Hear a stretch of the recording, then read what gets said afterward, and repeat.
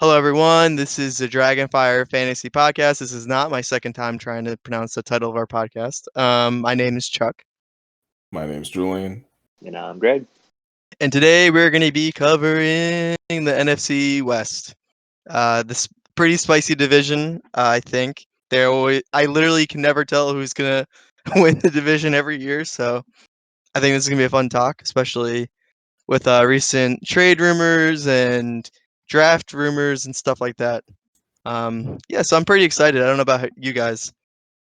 Yeah, this is for a long time. This has been, I think for the past couple of years, it's been like the best division in football, right?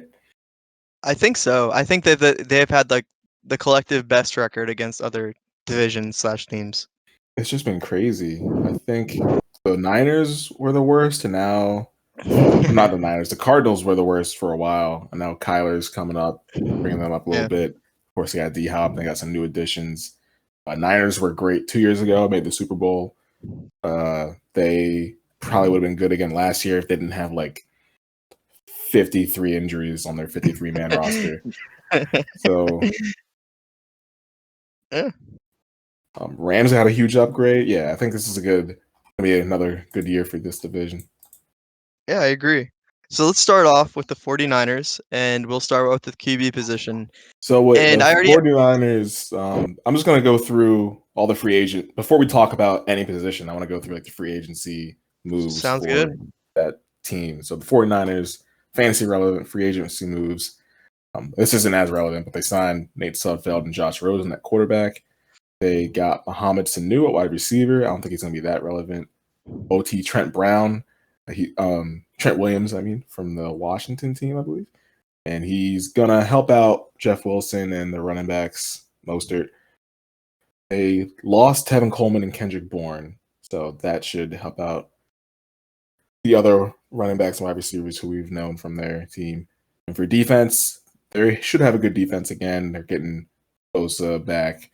And they got Nate Gary, so, no one will be able to run on them ever again. Nate Gary is an Eagle, and he is garbage. Alex Singleton forever. There you go. Yeah. So let's go on with the QB position, and I already want to start off with a question to you guys. So right now they have Jimmy G, which is probably going to be their starter, but they have the third overall pick after some trading. They're either going to get Trey Lance or Mac Jones. Or Justin Fields. Or Justin Fields. Yeah. Like we hate Justin Fields. I know. I don't know what it is. All in the mock drafts I see, just never mention him. Like he always just kind of slides down the board. I don't know. To be honest, I don't follow too much with college football, so I really don't watch that much film. And I only watch film if it's relevant to my team. So if we're going to be drafting a wide receiver this year or whatever, I want to look at all the wide receiver tape. But I should be better with that. But my question to you guys is, do you guys think that would you rather have Jimmy G on this team or the QB that they possibly will draft for fantasy relevance? Like, who do you think would make if you have a player on the 49ers, who would you be more happy with? Yeah, for me, I would rather have Jimmy G to start. I know Mac Jones or whoever they draft, Justin Fields, really. So he'll be the future, and he'll probably take them down the line, probably be an improvement. But for this season specifically, I think I'd rather have Jimmy G at the helm since he's been part of the offense. He knows the scheme very well. We've already seen great success with Kittle and Debo, all those guys. So I think he would not make many mistakes and lead them to victory. Rookies, you never know what you're going to get, and get a lot of turnovers, which could help with the offensive scoring if the team turns it over a lot. We saw that with Jameis Winston. I think I'd rather have Jimmy G personally. I think if I had to choose, I would choose a rookie, but they wouldn't be my first quarterback. I would take them super late. Of course, he'll be drafting after the draft, so we'll know who that rookie would be. But I don't know if Jimmy G's going to start the whole year. And Jimmy had that. He sustained the production of those guys pretty well in 2019. But, then again, he had like games where Mostert would run for 168 yards and he would only throw 7 passes. and maybe Kittle would bring one of those in for a touchdown. But it's the way that they're supposed to run, I believe. I don't really need Jimmy G, and he doesn't really produce big numbers. So I think I would take the unknown and see what Mac Jones, Trey Lance, and apparently not Justin Fields could do in that offense. Yeah, so no, I wouldn't prefer to have any of them right now, but if I had to choose, I think I'd go with whoever they draft. Yeah, and I think a bigger question would be, does George Kittle get better with a different quarterback, or does he stay the same? Or you know what I mean? Does George Kittle's value go up or down depending on the quarterback? And I think he doesn't. I think he's kind of a perfect piece for whatever. I think he's gonna get his volume no matter what, and he's a stud. He's definitely the number 2 tight end off the board. So I think that he, no matter who his quarterback is, it could be a rookie, it could be Jimmy G, he's gonna do fine. It's like bearing all injuries, obviously. Yeah, he's shown I that agree. too. When Jimmy G went down, he had guys like Nick Mullins and CJ Beathard throwing him the ball. He still was putting up those numbers when he was healthy. He's just a beast. Yeah, I agree. Yeah, his value doesn't go down. I'll say that, no matter what happens. So he's going to do well either way. So, but I think the bigger thing is just not to draft a 49ers quarterback anyway. I think a rookie quarterback is pretty tough to gauge, and you should just go with the known commodities. And I wouldn't draft Jimmy G. He's going 26 off the board. You can find better options. Don't waste your time. So a more exciting quarterback for the Cardinals. Ooh, let me do the free agency thing. So Yes. Cardinals, obviously we're gonna talk about the quarterbacks, but the moves they made, they had a slight upgrade at center, I believe, with Rodney Hudson. They got AJ Green, who apparently drafters think that takes a lot away from DeAndre Hopkins. I don't believe that. We'll talk about it. They lost Kenyon Drake and their tight end Dan Arnold. They gained Matt Prater at their kicking position. Doesn't really matter. But for their defense, I don't know if this affects the offense as much because maybe they won't have to go as crazy, but they got J.J. Watt and Malcolm Butler. And maybe Butler's not as big of a name, but, I think their defense is improved greatly with those additions. So we'll see how that affects how their offensive scoring output is needed. Said that weird. We'll see how that affects how their offense goes. Yeah. I don't want to dwell too much on defense, but signing JJ Watt to me, and I know we don't like talking about injuries, but I don't know. It seems kind of an overpay for a guy who might be hurt for half the season. And I don't know. JJ Watt's a great guy, and I like his energy, but he's not like no Aaron Donald. You know what I mean? He played all of the last 2 seasons, didn't he? Really? He didn't miss a single game? I mean, I know at the end of last year, he was like apologizing to Deshaun Watson as they walked off the field. Oh, so yeah. I'm pretty sure he didn't miss. I remember that. And I want to say he didn't miss any in the year before. I could be wrong on that. Yeah. The injuries, there is the injury history there. But, when he's on the field, it's a 3-time defensive player of the year, just like Aaron Donald. So even though maybe he's not as good as Aaron Donald is right now, you could say that, but he's still pretty damn good. He tore his pec in week 8 in 2019, and he missed 8 games. Yeah. So I was completely wrong. No, it's okay. No, it's very remembering injuries for players is not a good thing. It's not a good habit. You know what I mean? You don't want to remember those bad moments for players. And I'm only bringing it up because, and this is just a defensive player, but you're right. Talking about defense, especially for this team, offense might not have to show up as much, which means that they won't score as many points, which means that games will be slower. They're not going to they don't need that deep ball threat with D-Hop to win a game. But I definitely think so. And going back to Kyler Murray, I think that he is a number 3 quarterback off the board, and he's going in the big early 6th round. I don't know. To be honest, I think he slides a little bit. I think he had a great year last year, but I think he goes kind of back to reality, especially since he's losing Larry Fitzgerald. Is that confirmed that he's retiring? Oh yeah, I didn't mention that he is going to. He said he would retire. It hasn't officially happened yet, I don't believe, but I think rumblings were that he plans on it. Yeah, and his replacement is basically AJ Green. Ah, man, that's not good. it's funny because 2 years ago, if you say that sounds ridiculous, but now it's like, no, AJ Green has kind of fallen from grace. Just What was going. his latest injury Okay. that he recovered from? Was it ACL? AJ Green. Oh man, he had like a litany of issues. I remember he had a shoulder issue, and there were so many issues that people didn't even know what he was sitting out for. So did he finish last year though? I don't think he played every game last year. He didn't. Yeah, he was very limited as well. I don't know.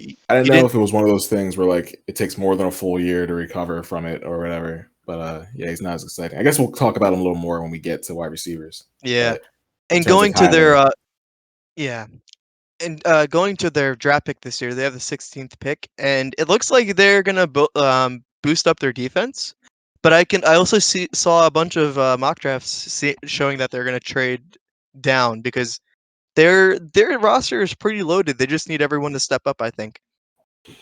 I think they need more offensive weapons to combat the Niners having Nate Gary, to be honest. My biggest fear is that they're going to draft another running back, but we'll get into that later. Oh man, yeah, that would suck. Yeah. So yeah, Kyler Murray slides for me. What about you guys? Doesn't really slide for me. I like him.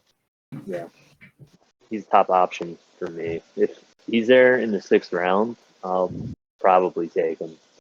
Okay. I don't know. His rushing numbers are just crazy. He had like over 800 rushing yards last year. To go with his throwing, it's just the running quarterbacks they're the way you win in fantasy football. I know there's some later on in the draft, but I think he's a sure thing for like 100 rushing attempts a year, 100 plus. So that's huge. And when he runs, he gets a lot of yards. Yeah, he looks so funny when he moves his arms around. He looks like a little kid. Like it's so funny. I mean, he is only like 5'7" or something. I know, and like I hate when people make fun of him for his height, but then the way his arms move, it's like one fist is like kind of clenched. He's like a badass little kid. I can't. But Greg, if I recall yesterday, you said you wouldn't take Josh Allen in the 6th. Maybe I'm wrong on that.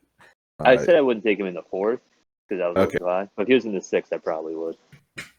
Okay. Yeah, I would take Allen, Mahomes, Allen, Kyler, are my top 3. If any of them are in the 6th, that's completely fair. But they won't be. Yeah, Kyler might be. I want to hear about the free agents for the Rams. Free agents for the Rams. Biggest one. The quarterback upgrade with Devlin Hodges from the Steelers. He's no, obviously the big quarterback acquisition is Matt Stafford, and they got rid of Jared Goff, who up and down career with the Rams for number 1 overall pick in 2016. Some weird injuries, some weird play calling decisions. How it kind of came out that he just listens to whatever not Peyton McVay says. I guess like they were talk that he couldn't see the field as well, and yada yada yada. So I think Matthew Stafford's going to a huge upgrade for them, and upgrades all their wide receivers really. They also lost Gerald Everett, which big bump for Higbee, and they lost Malcolm Brown, big bump for Akers.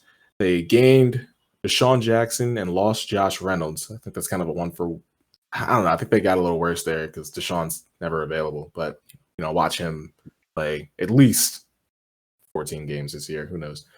I made a lot of OL changes. I made a lot of coaching staff moves, and they're getting back Cooper Kupp, who was not there for a lot of the season, and their biggest O-line move is getting back Andrew Whitworth from injury this upcoming year. That guy's a legend, by the way. Whitworth? Yeah, he's been in the league so long, and he's been so consistent. So going through their draft picks this year, I just wrote LOL. So they don't have any, right? Yeah, exactly. Yeah, that's you trade them all away. Yeah. They went so scorched earth to get to that Super Bowl, and they're still doing it. Yeah. They're still They don't like first round picks. They just don't believe in them. Yeah. They're like, why would we ever want Jalen Reagor? No, that's mean. So Matthew Stafford is the 13th quarterback off the board. I would put him a little higher. I think he has big upside, especially on a new offense. He's Well, looks like who's above him? Let me who's check. yeah. So Stafford is 13. Brady, Hurts, Tannehill, Herbert are the guys immediately above him, and then it gets to obviously above him. He's in that area. I think he's fine right there. Yeah, I don't know. After looking at it, I think that having Woods and Cooper Kupp is going to make him look a little good. Not saying he's really downgraded too much now that I'm thinking about it, because he did have Galladay and Marvin Jones Jr. So I don't know. Maybe he does stay the same. Maybe he is like a QB 13. And like especially if you're in a double quarterback league, a 2 quarterback league, he could be a good second option. For sure. how was Detroit's O-line? Were they putrid? Terrible. Terrible, yeah. So, all right. I mean, I think that's a big help for him because Rams have had a good O-line for a while, I think. Yeah. So maybe he's supposed to be a little higher than 13. He's Good going in term, I think. the Would middle. you draft him before? I think I would take him before Brady, just because Yeah. I don't know that age. I never want to trust that, even though he's Tom freaking Brady. Who knows? Would you take him before Hurts? That's a biased question. Never mind. Would you take him before Tannehill? Yeah, thank you. I would not take him before Tannehill, actually. Would you take him before Herbert? No, maybe 13 is the right spot. Yeah. Yeah. Like, would you take him before Matt Ryan? So I don't know, because there's been a lot of reports recently that Atlanta is going to use their fourth overall pick to draft a QB. I just saw a report today from not Schefter, the other big guy, but no, Rappaport? yeah, Rappaport. So I don't know. I mean, Matt Ryan is always good, but if the Atlanta, Let's say Atlanta uses the fourth overall pick to draft Kyle Pitts, which they should. oh man, Would you take Matt Ryan or Stafford? I think Matt Ryan jumps like 10 spots. 10 spots. Number one. Yeah, number one. He goes from 15 to 5. Yeah, Okay. I think he goes right after Christian McCaffrey in the draft, actually. League winner. No. If they do, okay, no, but I agree with what you're saying. If they do not draft a quarterback, I would be, yeah, I would still like Matt Ryan. Well, the thing with Matt Ryan is he's got such a high dead cap. He's got like 40 something million. So he's going to play this year, no matter who they draft. So for this year, I don't think. I mean, they're not going to get rid of him. I don't think they would bench him. They pay him 40 million to sit the bench. So I think he's going to play this year regardless of who they draft. But yeah, who would ever pay a quarterback a ton of money and bench him? Doesn't make any sense. Yeah, unheard of. No, but I hear what you're saying, Greg. That's I hear what you're saying. He's going in the middle of the 11th round. Do you guys agree with this? Yeah, I hear you. sounds right. Oh, do you want me to say that again? Oh yeah, please. Sorry. Oh no, it's okay. He's going in the middle of the 11th round. Do you guys like that? Stafford? Yeah. Yeah. Yes, it's fine. If I'm, me, I wait to see how other people start grabbing people. Oh man, there's a lot. There's a lot of good quarterbacks. Yeah, that makes sense. Yeah. I think that's now that I'm thinking about it, QB 13 sounds pretty right. It sounds insulting, but it's really not because there's so many good quarterback options this year. Yeah, so unless you got that guy in your league who's going to draft Josh Allen in the 3rd, and he also grabs Aaron Rodgers in the 4th, I think you're good to wait a little bit and get a guy like Matthew Stafford. All right, can I hear about the free agent signings for the Seahawks so I can get a good laugh? Absolutely. So they've barely made any moves, really. I think the most important things they made, like nothing really important on defense. They signed a guard, Gabe Jackson, who's last year was the 8 out of 66 qualified guards ranked. They took Gerald Everett, tight end from the Rams. They lost tight ends Greg Olsen and Jacob Hollister. They lost David Moore and Philip Dorsett at wide receiver, and they lost Carlos Hyde at running back. And they do have Alex Collins. I don't know how relevant he's been in the last couple of years. He was pretty good on the Ravens for a stretch. Those are pretty much the most important moves, I think, unless I missed something. No, I don't think you did. So I think Moore and Dorsett had their weeks for you at wide receiver, but now it's kind of just the Lockett and DK show again. Yeah. And for their draft pick, I put a big LOL because they don't have a first round pick either. I think they only have four picks in general and overall this year, which is kind of insane. Yeah, they've given up a lot. I don't think they have a first or second round pick this year.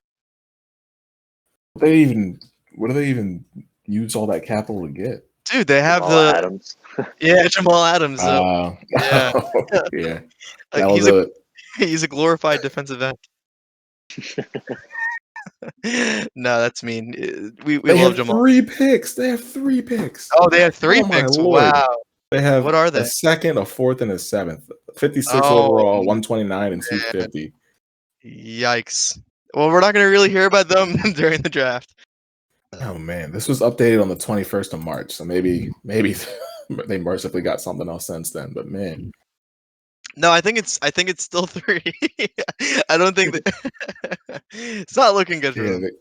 They sent their first and third to the Jets for Adams, and their 5th to the Raiders for Gabe Jackson.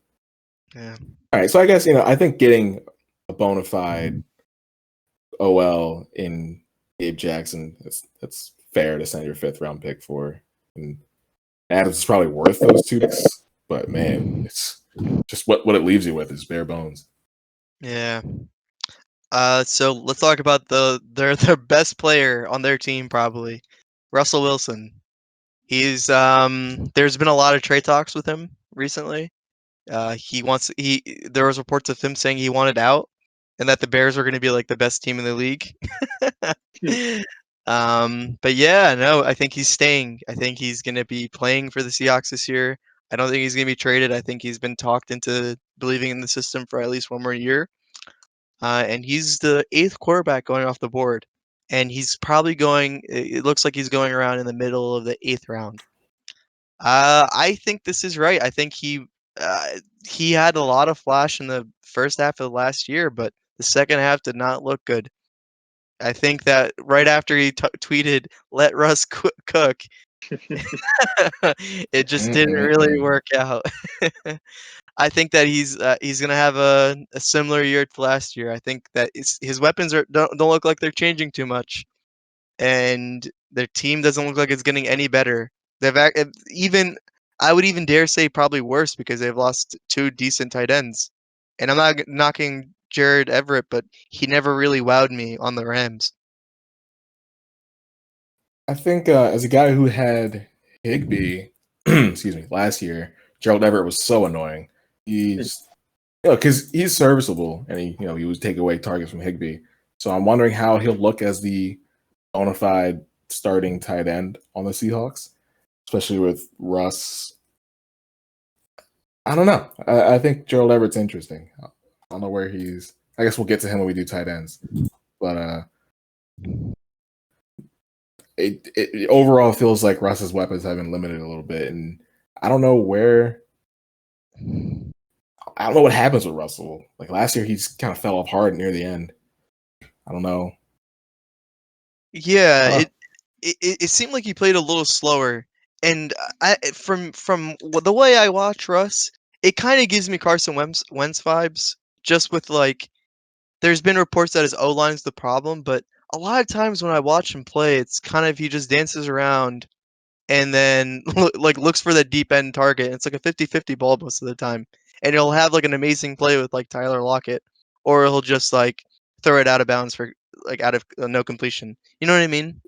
Yeah, I guess I feel like I'm more inclined to believe the quarterback in that situation because I believed it with Wentz. There was a point when Wentz was just being awful on his own. But I kind of believe it with Russ that his O-line, he's always running around. He's always having to do those spins in the backfield, and he comes through with those amazing runs and those amazing throws under duress. Yeah. So I kind of believe that if Russ says the OL is a problem, I'm kind of inclined to believe him. But at the end of the day, does that translate to you wanting to take him in the 5th round or whatever? 8th. 8th round. And yeah, Russ in the 8th round. At that point, I'll probably take Russ. I don't know if.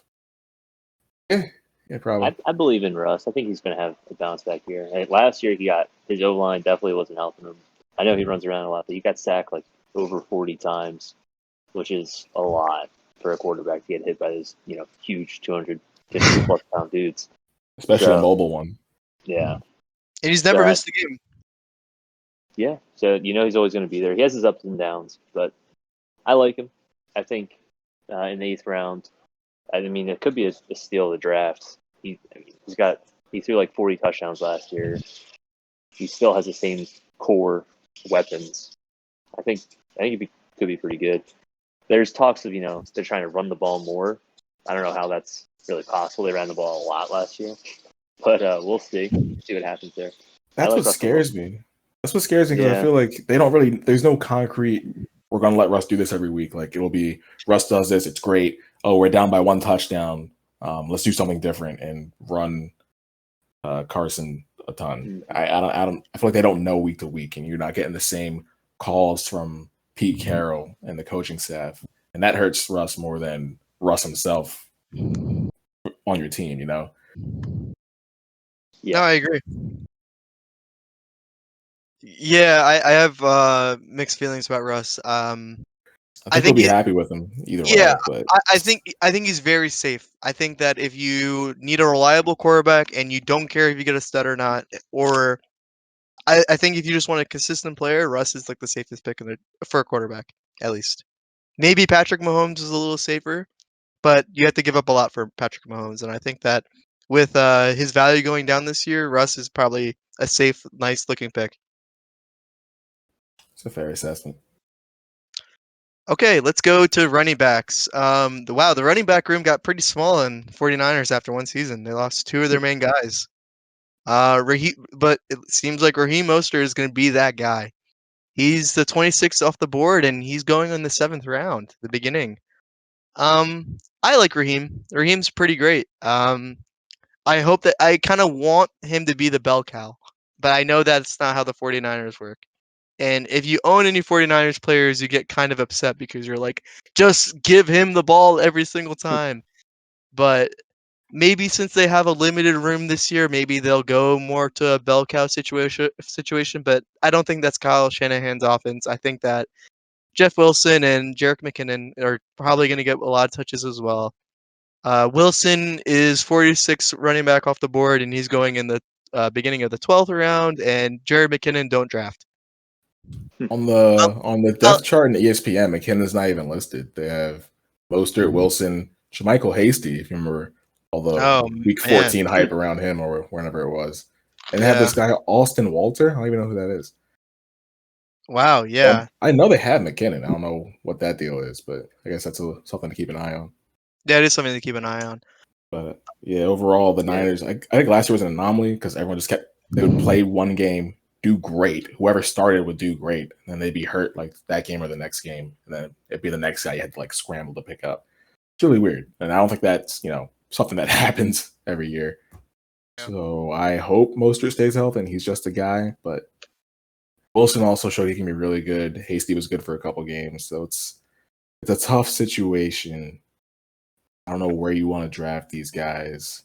That's the issue. Had Mostert last year, and Mostert, when he started out doing really well, I was like, oh, this was a steal. I got him so late, and he's killing it. And then he was just taking up a spot on my bench, being hurt for weeks on end.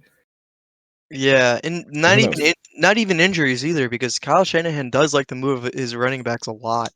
I don't think they really have a true system where like, oh, he's a 3rd round back, he's a receiving back. They all kind of do the same thing, but they can all be played at different downs. You know what I mean? They're kind of all over the place. Yeah, and I from a real football perspective, I think that is a really good system. But for fantasy football, that's a fucking nightmare. Yeah, I think the problem, Mostert is definitely the guy, but I don't think he can handle a full workload. I just think he's too fragile. So they're always going to have that other guy in there. But like Mostert has the potential to just bust like a 90-yard touchdown anytime he touches the ball. Yep. He's a fun guy to have on your team when he's healthy. Absolutely. Absolutely. I just saw Jerick McKinnon. He's expected to leave the 49ers in free agency. He basically told the team he's thankful for him and all, but he's leaving. So it's just going to be these two guys pretty much, Mostert and Wilson. So Mostert is the guy you want. He's probably going to get hurt at some point, though. So having Jeff Wilson as a backup in the later rounds is probably a smart move to make if you draft him. Yeah. Yeah. Shout out Jeff Wilson, week 16 pickup on me a check. My man. My man. All right, let's get to the Cardinals. David Johnson. Oh, well, my bad. Oh, you meant Kenyon Drake. Oh, wait. Oh, yeah, David Johnson's a great pickup 4 years ago. He's still solid now. Yeah, we'll get to him when we get to the Texans. Yeah. So right now, it's kind of hilarious, but the only fantasy relevant running back I would say is Chase Edmonds, and he's the 24th running back off the board, and he's going in the middle of the 6th. And I like him. I really hope that they don't pick up another running back in free agency. I don't think there is any left.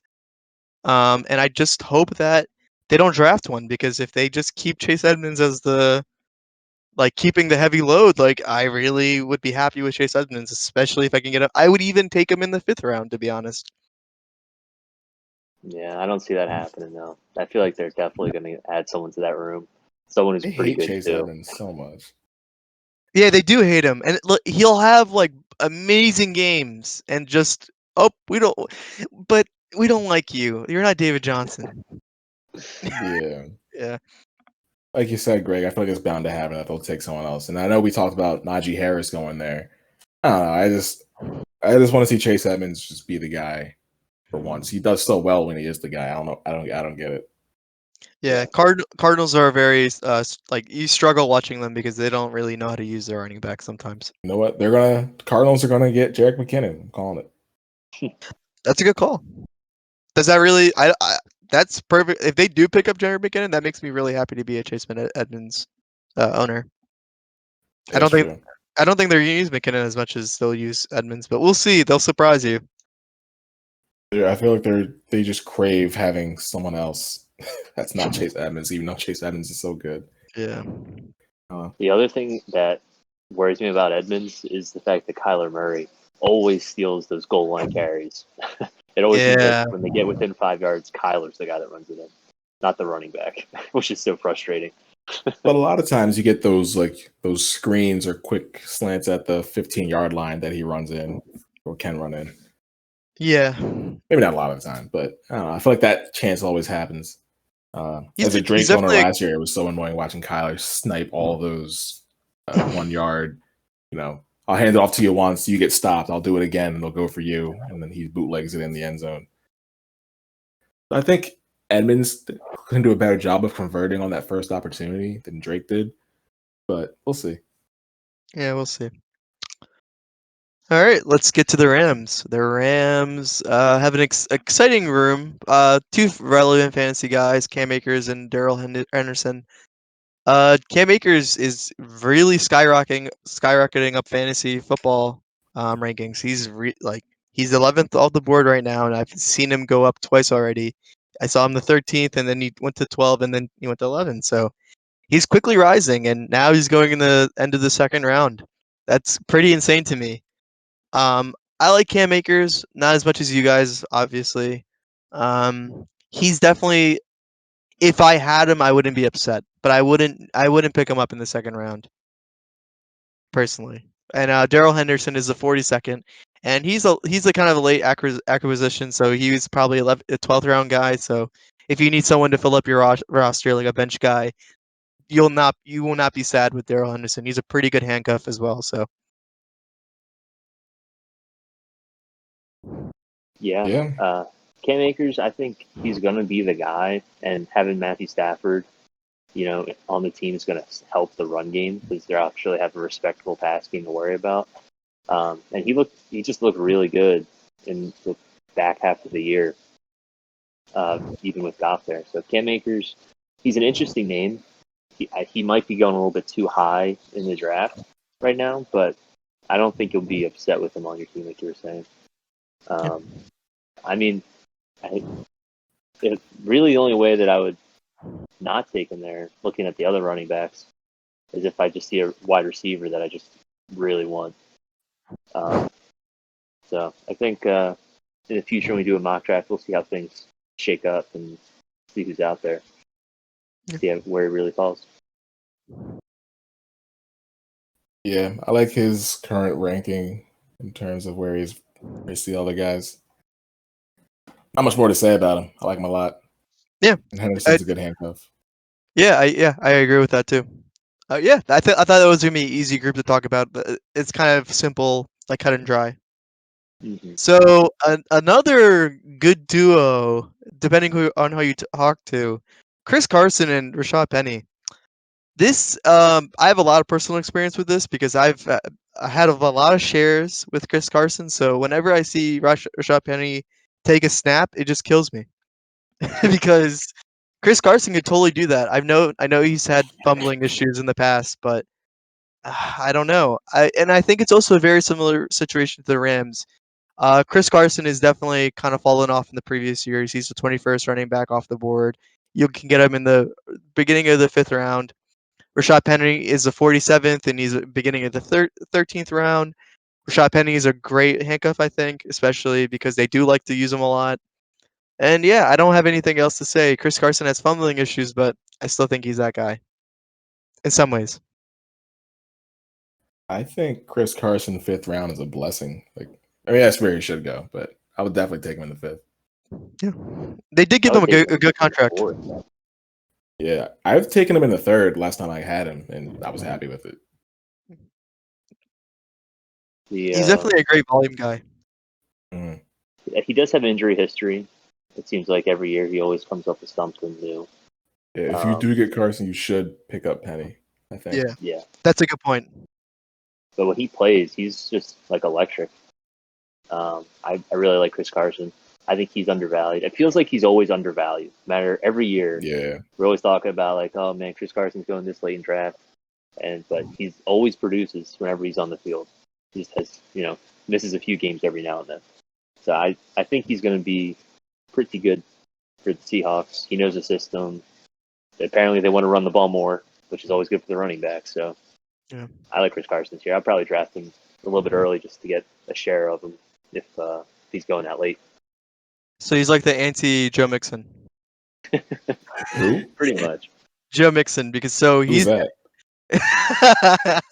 the king. I mean Joe Mixon, and when we get to the Bengals, that's gonna be a fun talk because they don't have Gio here. and they don't have Bernard anymore. They let him go. They released him. And Not the mustache. Not the mustache. He looks so old for his age. He's only like 26 or 27. Gio? Yeah, he looks old enough to be my dad. The mustache really adds a few years. Yeah.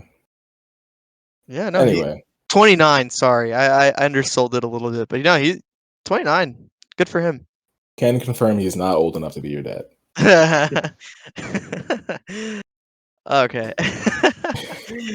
All right, going to 49ers. This is a fun team group too for their wide receivers.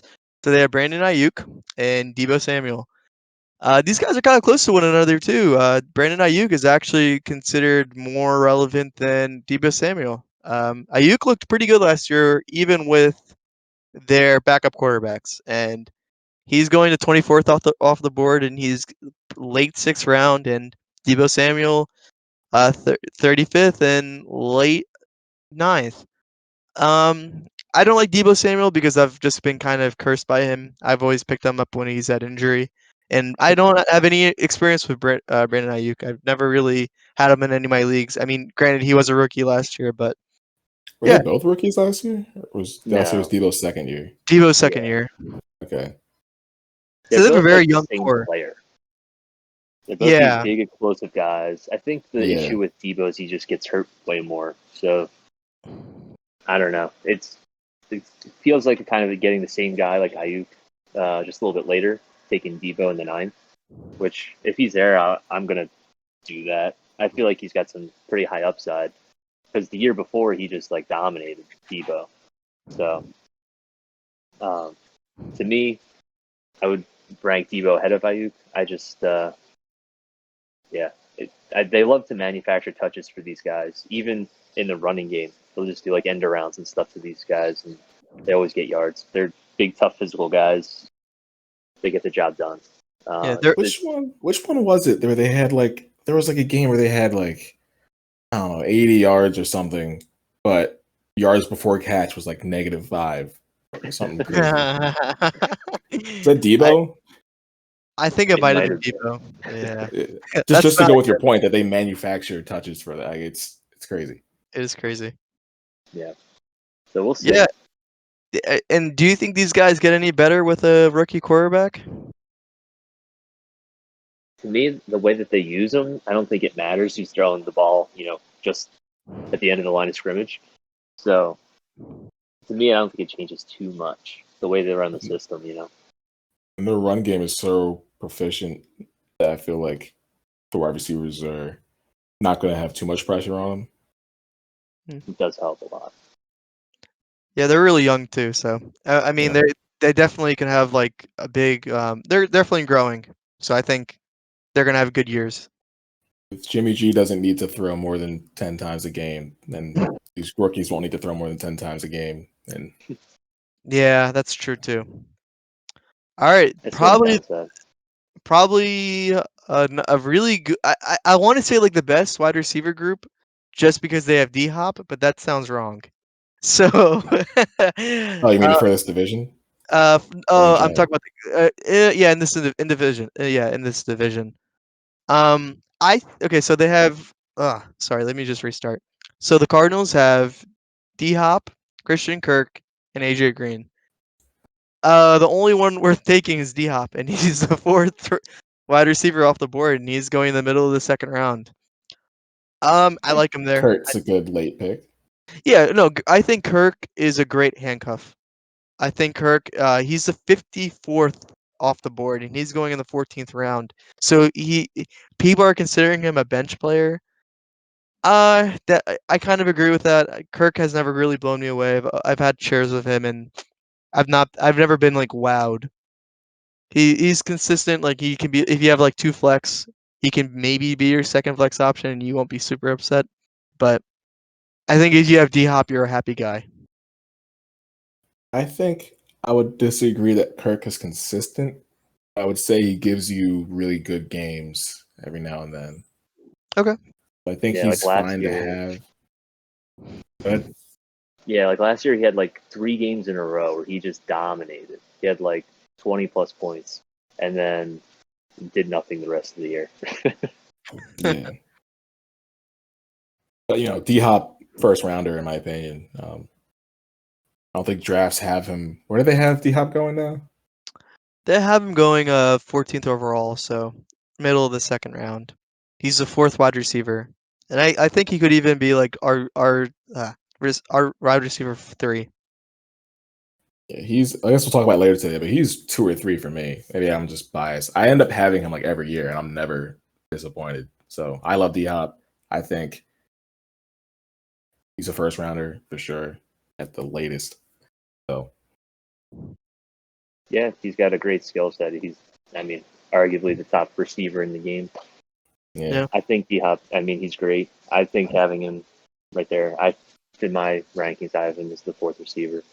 And just because they try to run the ball with Kyler a lot more, it takes away from like potential. Like if Aaron Rodgers was the quarterback for Hopkins, I would put Hopkins number 1 overall. But just in that offense with the way they run it, I have Hopkins at 4. I think he's a great receiver. He's going to be, one of the top guys for sure every year.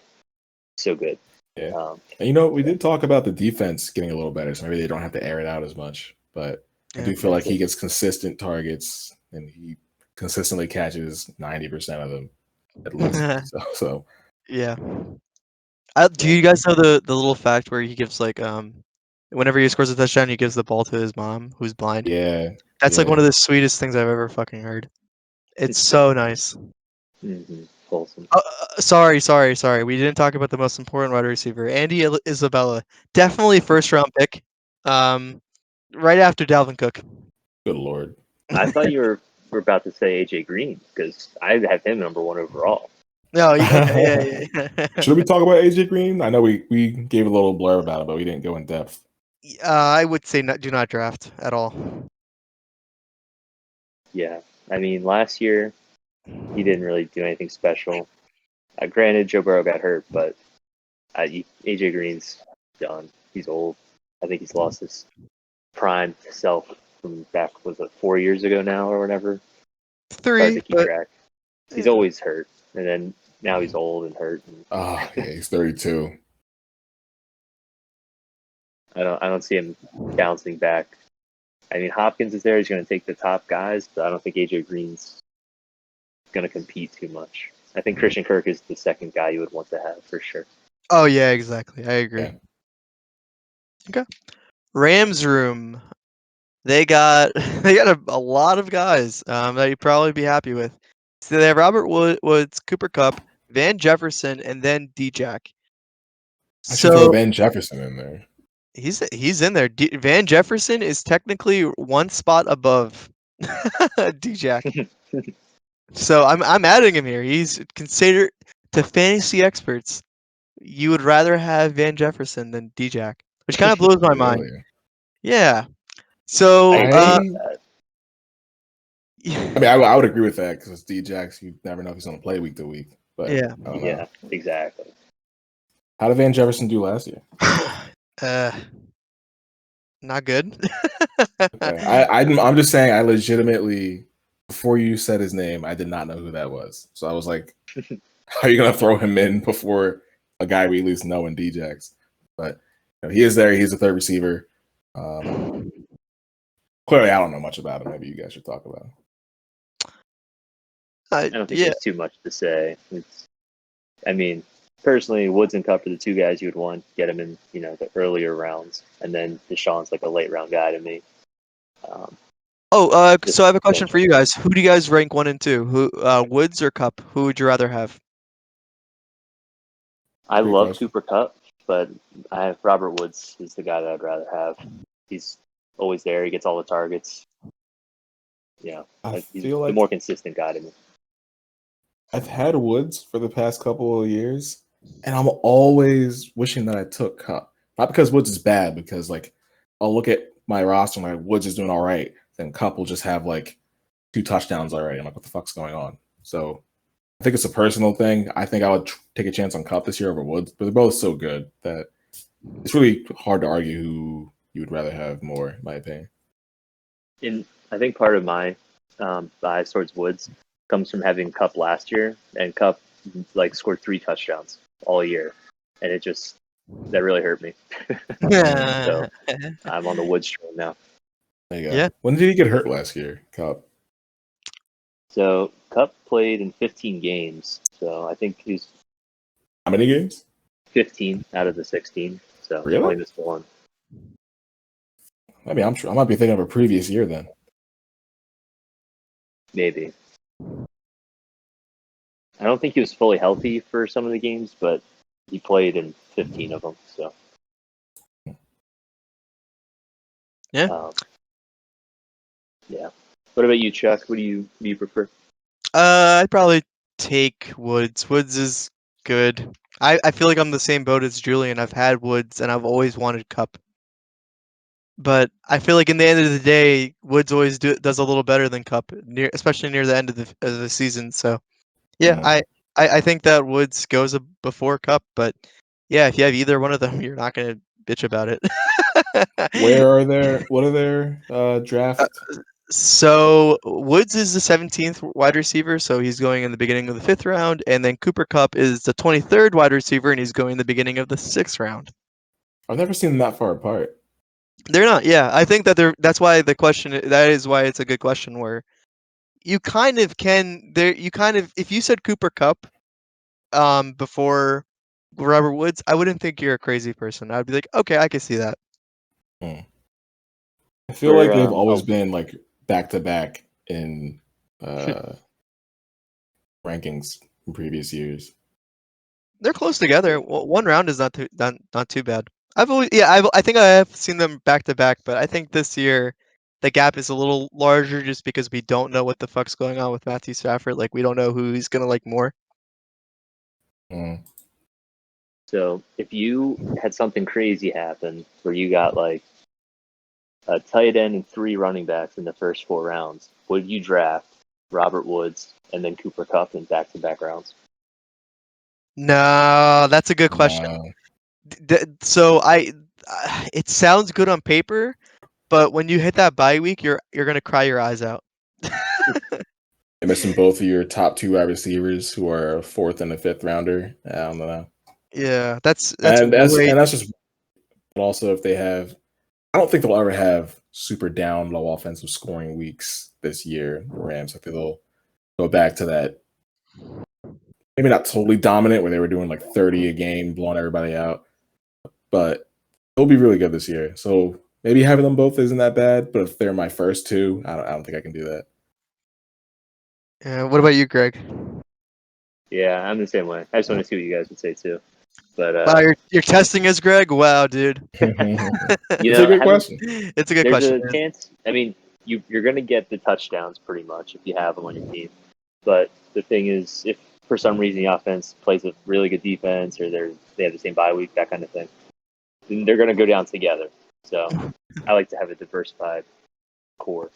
Quick question. I guess this might just be who's the best wide receiver core or whatever. But is there any that you would take?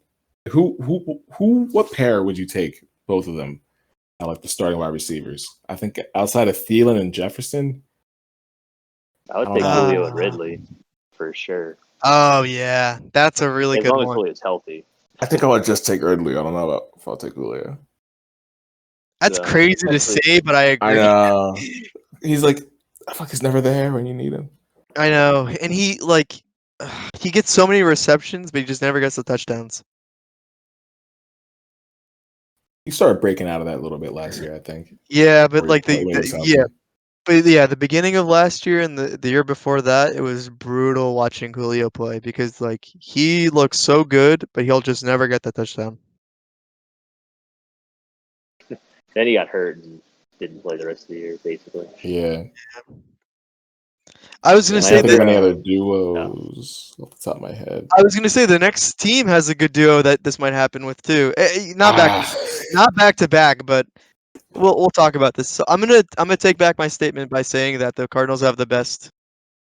Wide receiver duo because I heard you say not back to back, and then I didn't hear what you said. Oh no, I'll just restart then.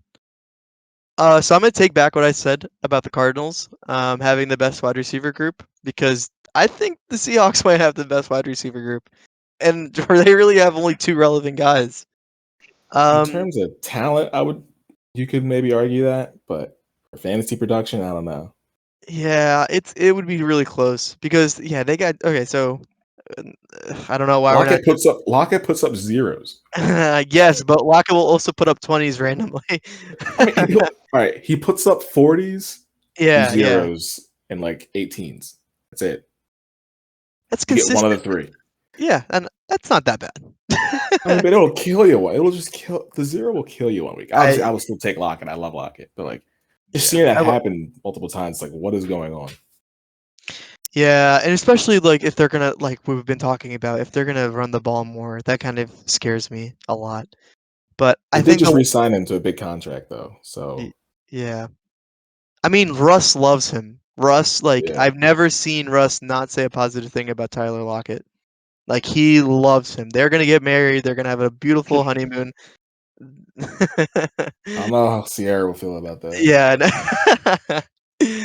But yeah, if I had DK Metcalf, he's a 5th wide receiver off the board, and I get him in the middle of the 2nd round. You're not going to hear me complaining. Yeah. DK's, I think he's emerged as the favorite target out in Seattle. He's a freak of nature. So whenever he gets the ball in his hands, it's hard to bring him down. He's even great in the red zone too. Yeah. He's not facing your team. He's so fun to watch. Yeah. Even on defense when he's chasing down guys getting interceptions. Was that Budda Baker? Yeah. Yeah. I love that because Budda Baker looked back and saw him and freaked out for a second. Was that game of the year last year? Because was it that or the Browns Ravens? I think that might have been the game of the year just because the D-Hop catch at the end. Insane. Wait, what game? The Cardinals. Cardinals? No. I said Browns Ravens. Oh, Lamar had like his little excursion to the. Yeah. Oh, what was the basketball player that pooped his pants? Paul Pierce. So we lost a little bit of audio here, but we mostly talked about Paul Pierce and that situation and comparing it to Lamar Jackson. And then we started getting into kickers, and we talked about how Jake Elliott threw an interception 2 years ago and caused some people to have -6 points for a kicker, which was pretty funny. And then we start talking about punters, I think. I wasn't. Maybe it was the punter, something like that. Oh, I mean, there's no punters. You can't. You can't play a punter. Something like that. Maybe I had it backwards, but yeah. And I'm in a fantasy baseball league right now, and my pitchers don't get any hitting stats. So I'm like, I think that's dumb. I think that's very dumb.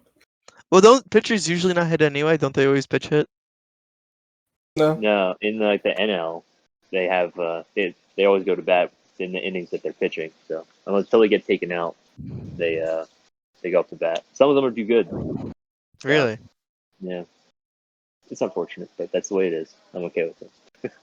My favorite thing ever. My favorite thing ever. Sorry for a little tangent. I just remember seeing a tweet like maybe 2 years ago, and some guy was like tweeting like, "Who the fuck is Jake Elliott? And why did he throw an interception?" Because I guess he had him on his fantasy. Oh yeah. How the fuck does my kicker have -6 points?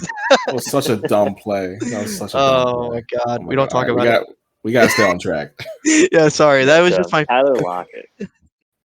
What are you guys gonna do with Tyler Lockett? Because the first half of the year he was on fire, and then it's just zeros, in the second half pretty much. It's so hard to trust him. Yeah, and as much as I just complained, I think you still have to take him. Like he's that good. Yeah. He can be consistent over weeks, but he will give you a 0, and you'll just have to say, "All right, it is what it is." Yeah. So what round are you willing to take him in? 6th round, 5th round? How high would you go? Man. I would go with the experts. They say like middle of the 7th. I'll say that. Because I wouldn't like going a little more. Like I'm not that sold on him just because I don't like those 0 games. I really don't know. I would have to see how the draft's going and who I have. Like if I'm desperate and I just end up not having a wide receiver who I really like by the 5th round, maybe I'll all right, I should reach for Lockett or something because he's playing with Russ. It's going to be a good offense, I think. But if I wasn't pressed about it, I think I would go 7th or 8th because those zeros are. I feel like he's risky. I feel like he's a lot riskier than he used to be. Yeah. He did get the bag, so maybe the bag's going to motivate him. We'll see. Let's breeze by tight ends because I think this is going to be super easy. So 49ers have the king, George Kittle. Yeah, draft George Kittle. Draft George Kittle. He's going in the middle of the 3rd round. I would even say early 3rd round pick, and I'd be happy. If I pick fucking running back, wide receiver, and then tight end, you know what? I think that makes me happy, to be honest. Yeah, if Kittle's that tight end, that'd be fine. Like, start on 1st overall pick, you get McCaffrey. Then you come back around, you get like A.J. Brown. And then you pick up George Kittle at the turn like that. That's beautiful. That's a good draft. That's a great draft. You can close the app and auto draft at that point. Yeah. All right, Cardinals. I don't think they have a fantasy relevant tight end. So they got rid of Dan Arnold. Max Williams. Yeah, Greg, I saw you put him down. I was like, who the fuck is that? I really was confused. He was on Baltimore, and I guess that's he was a free agent. The Cardinals signed him. That's who ESPN says is their top tight end. So yeah, Max Williams. They signed Darrell Daniels from somewhere else. I never heard of him either. Yeah, I don't know. I don't think. Do not draft tight ends from Cardinals. If it ain't Ricky Seals Jones, it ain't worth it. Yeah. Yeah. So tight end for Rams, Tyler Higbee. He's the 16th off the board. I don't like him really. Like 16th off the board. You lost that on the top 10 tight end, so you kind of lost already. If you're desperate and everyone's already taken 2 tight ends and they're just all mocking you, I guess you have to take him. But yeah, don't draft Tyler Higbee if you can. I don't think Higbee's the worst. Like, Stafford had a good connection with Hawkinson. I think he looks to the tight end around the goal line. So I don't know if Kupp will take over that role, but I mean, he wouldn't be the worst thing in the world if you missed out on some of the other guys. I don't hate it. I thought Goff had a fucking love connection with Tyler Higbee. I remember some games he would just only eye down Tyler Higbee for multiple drives, just like, oh, he's slightly open. Let me just throw it his way. That's because he scored 3 touchdowns against the Eagles. That's what you're remembering that. Yeah, it's kind of PTSD. Maybe that's why I'm remembering it. Yeah, I also I had him, and I think I had him and Goddard, and like I dropped him that week because I didn't want to have 2 tight ends anymore. And then my opponent picked him up and torched me that week, and I was like, all right, well, I guess I should have kept Higbee. Then he didn't do much the rest of the year. And again, with Gerald Everett gone, I think that helps out a lot. I don't even know who their second tight end is. Johnny Munt? Who's that? All right, whatever. I think Higbee is all right. Like you said, if you miss out on the premier guys, I think he's a fine fallback. But yeah, I would again try to get the premier guys. Yeah. Gerald Everett, on the other hand, is even ranked lower. He's the 24th. I think this is a little too low. I think he actually is like a little higher. If he's going to be the only guy in the tight end room, I think Russ is going to give him production, and he might be a sleeper this year. Yeah, all the Seahawks tight ends we were clamoring over, I feel like the past 2 years, whoever was starting. Maybe not Greg Olsen as much last year, but remember Hollister had like a big run. And who's like the other big white dude that was there? You know what I'm trying to say? Will Disley. He had a run. He had a run. Oh my lord. So I don't know. I think he is. All right, yeah, actually, Will Disley's still there, so can't draft Gerald Everett. Really, Will Disley's still there? That's what CBS is saying. Wow, never mind. Or Fantasy Pros is saying. Oh, maybe that's the reason why he's. Yeah, don't draft Gerald Everett. Yeah, I was joking. You should still draft Gerald Everett. But yeah, Will Disley's up next. He's pretty good, but yeah, Gerald Everett. More of that guy. I think he's ranked too low at 24, but I would definitely take Higbee before I take Everett, in my opinion. I agree. For now. Yeah, I 100% agree. Greg? All right. Greg, what do you think? Yeah, Greg, what do you think? I definitely would take Higbee before Everett, in my opinion. I just think that Disley is going to be there, so he'll eat into Everett just like Everett ate into Higbee last year. So I'd rather have just the lone guy. And Stafford does like to throw to Higbee, or his tight end, as we've seen from his previous years. So I like Higbee a little bit more. There we go. And defenses. Let's just do this really quick. Do not draft Cardinals defense. They're the 27th off the board. They made some moves. Maybe I think you could go with someone safer, but keep an eye on them on the waiver wire in the early weeks. I could be proven wrong, but just keep them on your watch list. Yes. Sorry. 49ers and Rams, they'll be solid. Yeah. Seahawks probably not. Yeah. 49. Yeah. 49ers. I forgot how bad. Sorry, go ahead. No, go ahead. I forgot how bad the Seahawks defense was at the start of the year. They got it together a little bit, but they were terrible. That's why Russ was like MVP, because he had to throw 6 touchdowns a game. He never received the MVP vote. Yeah. I was just going to say 49ers are 7th off the board, and then Rams are the 2nd off the board. I don't trust this at all. Don't waste. Don't.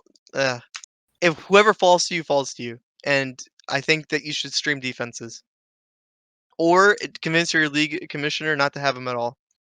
I, I I'm think. I'm legitimately not kidding. I mean, defenses and kickers, you could really eliminate them, but no one's going to do that. Not many I people. definitely think you should eliminate kickers because that's outrageously random. Like defenses, you can at least kind of predict better, I think. In terms of who you should pick up, I think Rams at 2 is a little high. I like to have a defense you can set and forget, but that's going to cost you. And of course, defenses rarely are the same level of consistent greatness throughout the years. Except the Patriots. Jaguars. Patriots defense wasn't that good last year. Oh no, I'm sorry. Oh, I was talking strictly last year because I was saying more 2 years ago. I'm saying in general because that's a good example. Though 2 years ago they were fantastic, and then last year I know 2 people opted out of the season, but last year they were not whatever you paid for them. And like the Jags in 2017 were phenomenal, and then 2018 they were kind of meh. And I think the Bears have stayed pretty damn good. Steelers are all right, but for the most part, it's hard to predict like who's going to stay at the top. So I don't know. Yeah, because I do like to see if you can grab one that's going to be consistently give you like 6 points minimum for a week. Yeah, like a good defense, like for fantasy football, you also need kind of a decent offense so that they can like keep the game long and then not tire out the defense. I think that's kind of a common theme. Keep the ball for long drives. I mean, yeah, that's a good point. But that's hard to predict. I mean, and NFL is kind of random. I think defenses are very hard to evaluate. Yeah, it's in my opinion. I think I'm on the same board with you, Chuck. Just stream the defense, playing someone who, or like the Jags of last year, and just always lose. So usually you do better that way, in my opinion. And you get to save a higher pick for like a receiver, breakout candidate running back or something. Yeah. You know what I do if I have like my flexes aren't doing too hot and I don't really feel like scrambling for more. I kind of keep an open spot to draft defenses I'm going to use like in the following weeks. Like I'll look ahead to see like, all right, who's going to face Jacksonville in 2 weeks, and then I'll put them on my roster. Or championship week. That's a good point too. Like, definitely around playoff time. Definitely around playoff time to stock up your bench with defenses. Yeah. If you have the space and like if you don't mind, I think that's a really good point. If you don't like, if you got Raheem Mostert on your bench because he's hurt and he's supposed to come back round 1, like you just can't drop him. You gotta hold on, and you just can't make room for an extra defense. But for the most part, you should be able to say like, all right, I'm not gonna play Christian Kirk. I know that, so I'll mix him, pick up Colts who are gonna play someone terrible in 2 weeks. Yeah, take advantage of the waiver wire. Hello, everyone. We are going to be covering our top 15 picks for half PPR. Just to start us out, I don't want to start. I'm just going to start the sentence over. I don't want to start picking first, so I want Julian to do it. So why? No, because I talk a lot. I don't want to talk anymore. You're like the host. That's like your job. No. I'm a co-host, and you guys are co-hosts. I don't. Why? Okay. You're the moderator. When we open up an LLC, you're gonna have 33%. Greg's gonna have 33%, and I'm gonna have 33%. Yeah, but whose name is first on the LLC? Does that matter? No, it's not gonna be me. None of this matters. I'm just down. Yeah, no, I'm just saying. If we have an LLC, we're gonna have a fucking combination of our names. Then it's gonna be Chloe, Jewel, Gregory. Like it's gonna be. So why? How come you're the only one who gets to use your last name? That is your first name. Never mind. We're gonna. That's not Chuck. Yeah, we're. Whatever. I'm just saying it's all split evenly. If we make a nickel, we got a penny. We're cutting this shit in thirds. I don't want your third of a nickel. Third of a penny, but yeah, third of a nickel is kind of complicated. Well, actually, I'll take a third of a nickel. A third of a penny, that's insignificant. All right, let's go, Julian. Let's do this. All right, my 15th pick is George Kittle. So I talked about in the previous time we did our list. The tight end position is so important if you have the advantage of having one of the top 2 or 3 guys. And I can understand people taking Kittle early. I'm not totally sure that I would take him here. I would understand it. I think he's so important to your team to give you a consistent 20 points at your tight end position. I think he can be worth it. If I'm sitting there and instead I would, if my first pick was Adams and now Akers or Zeke is still on the board, maybe I'll go that route instead. But I think Kittle is good here at 15. Yeah, I like Kittle a lot. I have him a little lower than you do, just because I feel like the guys above him are way worth picking. And you make up also a good point, because the tight end position is a nightmare. So if you can get Kittle early and not worry about it for the rest of the draft, you've done well. Yeah, I agree. He's a definitely top end guy. He's going to be either 1 or 2 at the end of the year if he stays healthy. And yeah, definitely worthy of a pick this high. Yep, and I wonder if we're forgetting how dominant he is after he missed so much time last year. That is also true. Mm-hmm. All right, Greg, what do you think? For my 15th guy, I've got DeAndre Hopkins, my 4th receiver off the board. He's an elite talent. He's, arguably could be. He's right up there with Devontae Adams as the top receiver in the league. I just think he's, going to be great this year again. He had a great year last year. He had that famous catch, that Hail Mary catch with those 3 guys all around him. He's got that potential to do that, at any time. So I think he's, great option. 15th guy off the board. Can't go wrong. Yeah, no, I love D-Hop too. I have him a little higher than you do, but yeah, I definitely think he's the option for Kyler Murray is number 1. Yeah, man, the Hail Mary. When you get a whole play named after you, that's pretty special. That's very true.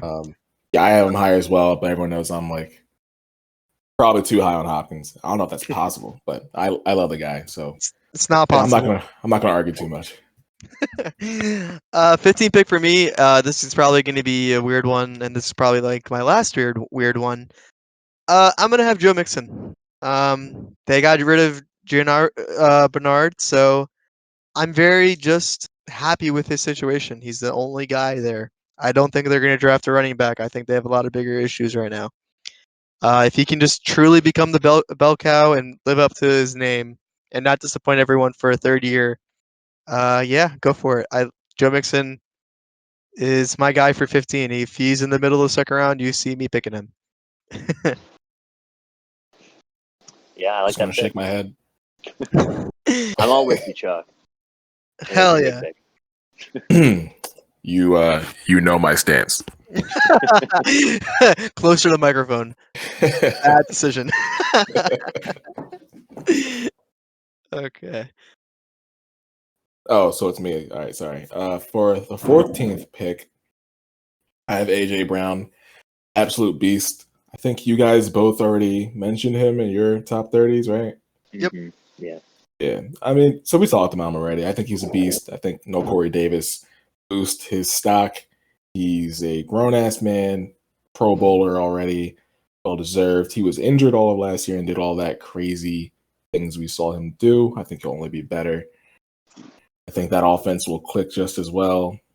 It's hard to really focus on AJ Brown when you got the big beast that we all have in the top 5 running the ball.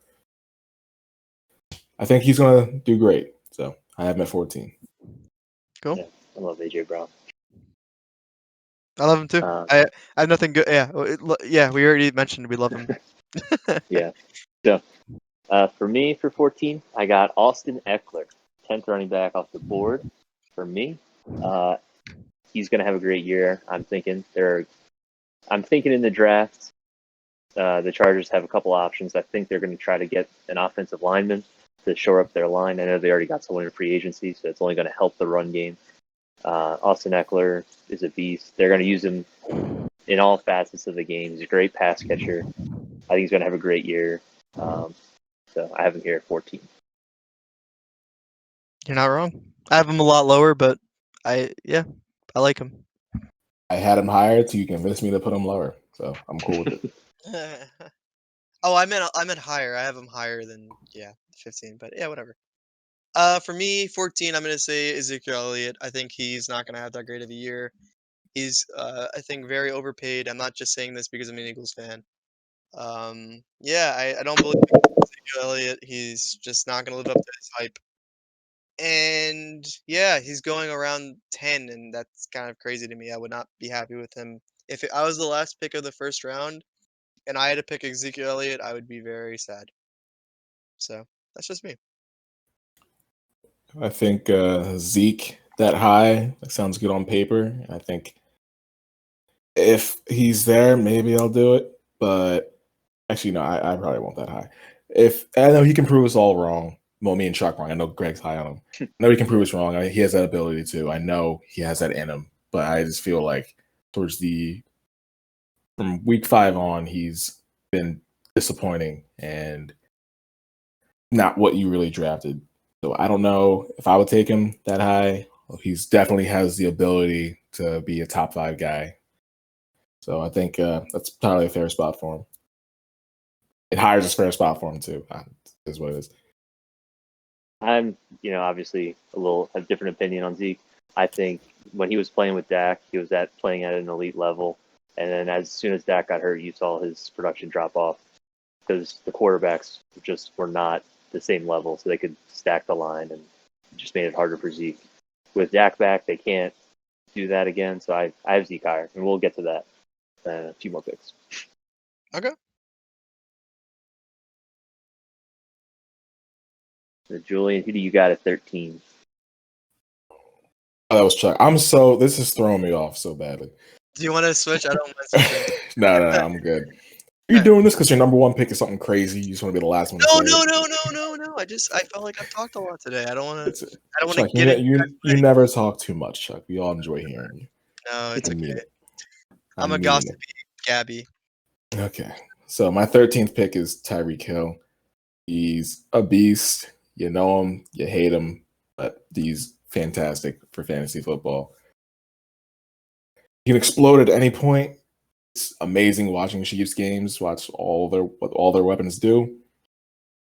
And if he stays healthy, which he generally does, he's just a surefire thing. I've never had the opportunity to draft him, so hopefully I get him somewhere this year. Yeah. Great dude for fantasy. And yeah. Yeah, I completely agree. I have him just one spot higher at 12. I think, can't go wrong in that offense. It's just insane what Patrick Mahomes can do. So I'm all for it. Yeah, he's higher for me too. That's fair. I feel like sometimes because he does have those huge catches and he just outruns people for touchdowns. So he does get a lot of yards, but I think I started valuing some of these running backs a little higher for half PPR.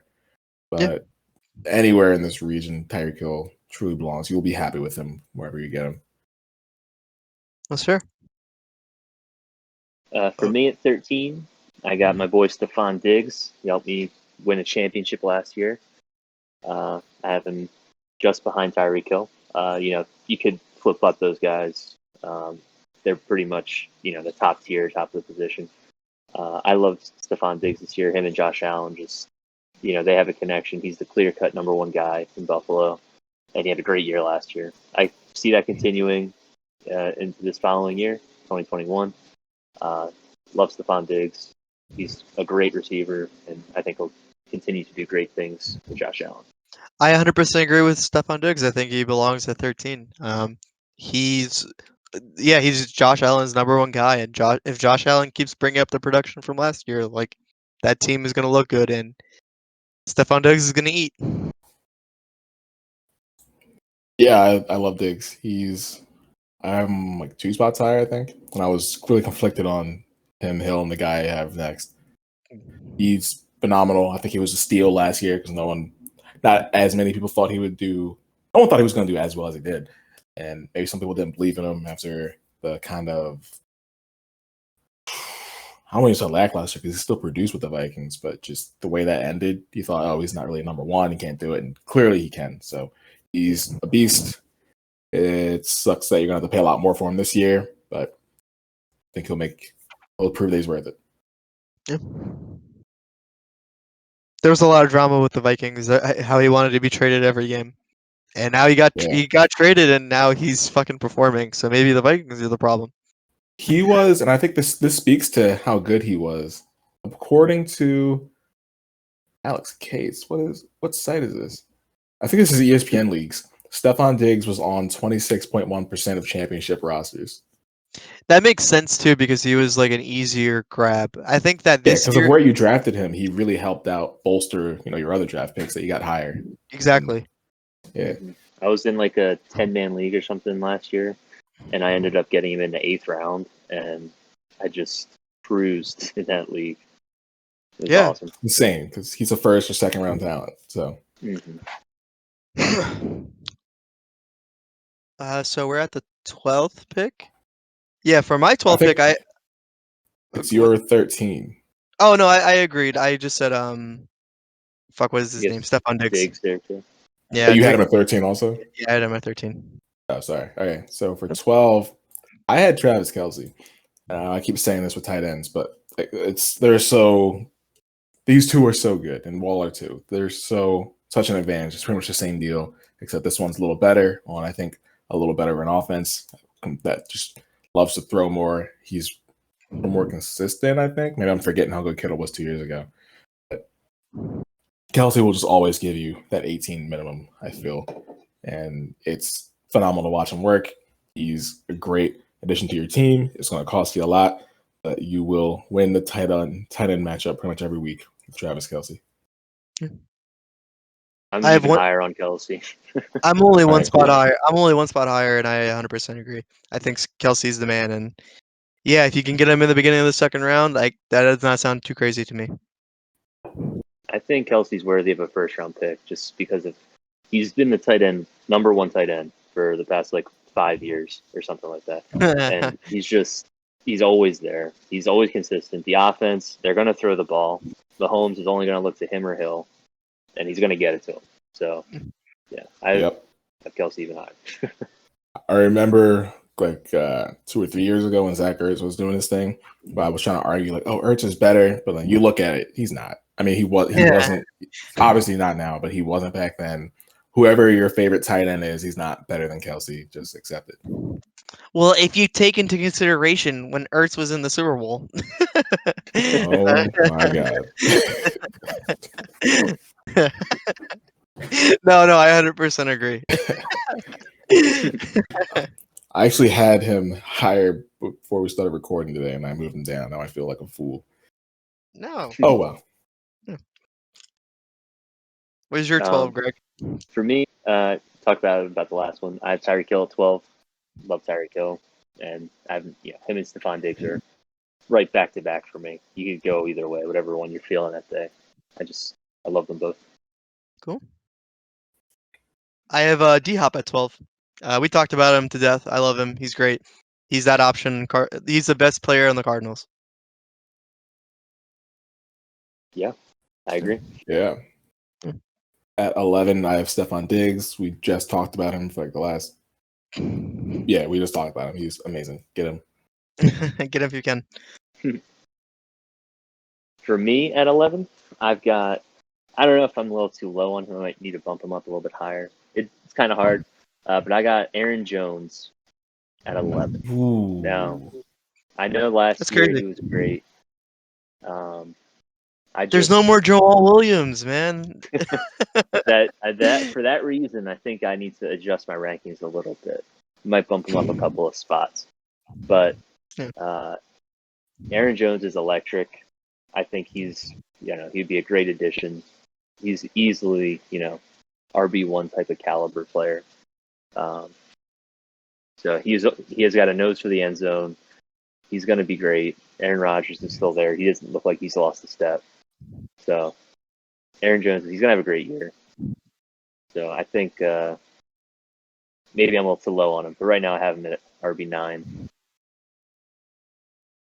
Yeah, no, I really like Aaron Jones. I think that he definitely would. For me personally, he's a first round pick, and he's shown that he can blow. He can have crazy games, and he'll win you weeks by himself. And he's always consistent. I love Aaron Jones, and I want to keep end of first round is definitely where I would pick him. But even if it was like the 8th or 7th pick, I could pick him up too. He's just quality talent. I think I have him absurdly high, but yeah, I love Aaron Jones. No worries. Didn't he just sign a big contract too? Yeah, hopefully he doesn't get the Zeke syndrome. Yeah, I mean he signed for like $100 million less than Taysom Hill, but so. Yeah. I hate those void contracts. Yeah. It's ridiculous. Yeah, it's so weird. It is so weird. 11 for me is Travis Kelce. We talked about him. Not nowhere clearly close to fucking Zach Ertz. So yeah, he's 11. Honestly, though, I think Gerald Everett is. Yeah. Never mind. We moving on. Dawson Knox. My number 10 is Jonathan Taylor. I think Taylor's a beast. I think I had him too low before. I think some people are still higher on him even still. I know Marlon Mack is coming back. The Colts it was pretty good last year. I believe in Carson Wentz. I think he'll do better than last year's Phillip Rivers was. I don't think last year's Carson Wentz will be something we ever see again. I think Taylor should shine in this offense, especially in half PPR. He's very worth the pickup. Yeah, I have Taylor a little bit higher. I might have a little bias because he helped me win my championship last year, but I love Jonathan Taylor. I think he's going to do great. Yeah, the offensive line is probably one of the top 5 offensive lines in football in the Indy. So he's going to have the best blocking he could ask for, and he's a beast when he gets the ball in his hands. Yep. For me, at 10, I got Nick Chubb. He's another great runner. I think the Browns had the best O-line in football last year. Yeah. Yeah. So, and Chubb is, I think he's often described as the best pure runner in all of football. I think he's going to have a great year. They run the ball through him, which opens up the receiving options for Baker, but Chubb is clearly the focus. I know Kareem Hunt's still there, so he can't fully take over as if, like a Christian McCaffrey or Dalvin Cook, but I think he's going to have a great year. And, if you're into the first round looking at some running backs, I think Chubb is, a great option to pick up. Yeah. I like Chubb a lot more than you do. Chubb is my overall 7. I think Chubb is great, and I think that if you have, but I think we have him in the same range. First round, if he's there, you'd be happy to have him. Absolutely. Kareem Hunt is going to get his as well, but Chubb will get more, and they both produce RB1, 2 numbers. Chubb always produces RB1 numbers. He's a great runner, excellent pick. My 10 overall is actually going to be Tyreek Hill. So I have Travis Kelce and Tyreek Hill right next to each other. I kind of have them interchangeable because in that offense, they are the 2-headed dragon that you have to be worried about. And I think Tyreek Hill is slightly better than Kelce in this offense for a fantasy perspective because Tyreek will have those big games and he'll blow up. But we talked about him to death, and that's all I can say about him. He's a great wide receiver, fastest dude in the league for a reason. And don't give me that John Ross shit. He does not ever he doesn't do anything with it. Is John Ross in the league? Yeah, he is in the league. He's on the Giants now. Oh, right. Yeah. Good for Danny Dimes. Watch out.